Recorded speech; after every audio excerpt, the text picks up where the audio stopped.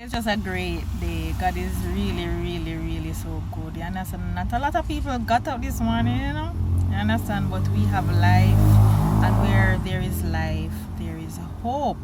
Um, so I want to talk about something that I've been thinking about for a while. And I heard it. I think I was listening to something, and I heard it. It says that it may be the reality, but it is not the truth. So there are times when we may be going through stuff in our life. So it is the reality that you don't have no money and the debts them piling up on you. But the truth is that God says you are to remain above only. You are to be the lender, not the borrower. So there are times when we are going through different seasons in our life, and we have a reality in that season, but it is not the truth. That is not what is over your life. And I'm also looking on, there are times, so I've started going back to the gym officially now. I was used to doing some stuff at home, but I'm officially in the gym now.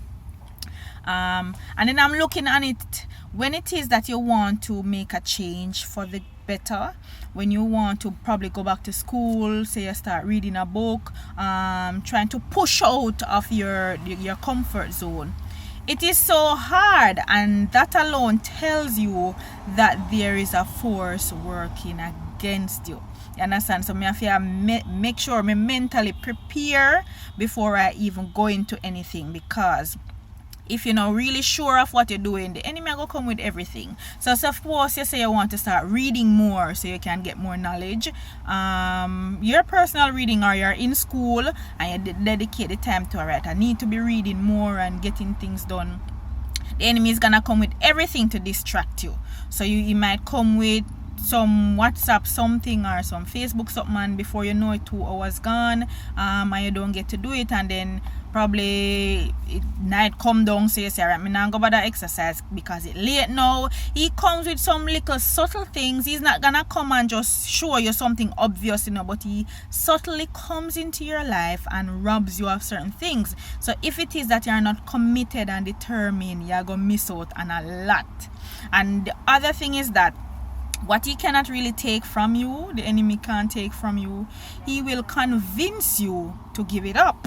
So he will tell you, for example, you're not pretty enough, you're not handsome enough, you married the wrong person. He might tell you some things, make you start feel, nobody go up, they go talk, man, people are going to laugh after you. Those little self or prideful things, he will say those things to you in your head, and then you're not going to move. So suppose you had the opportunity to speak somewhere where possibly onlookers were there who could offer you a job, maybe if you were not working, or give you a better opportunity, or so on.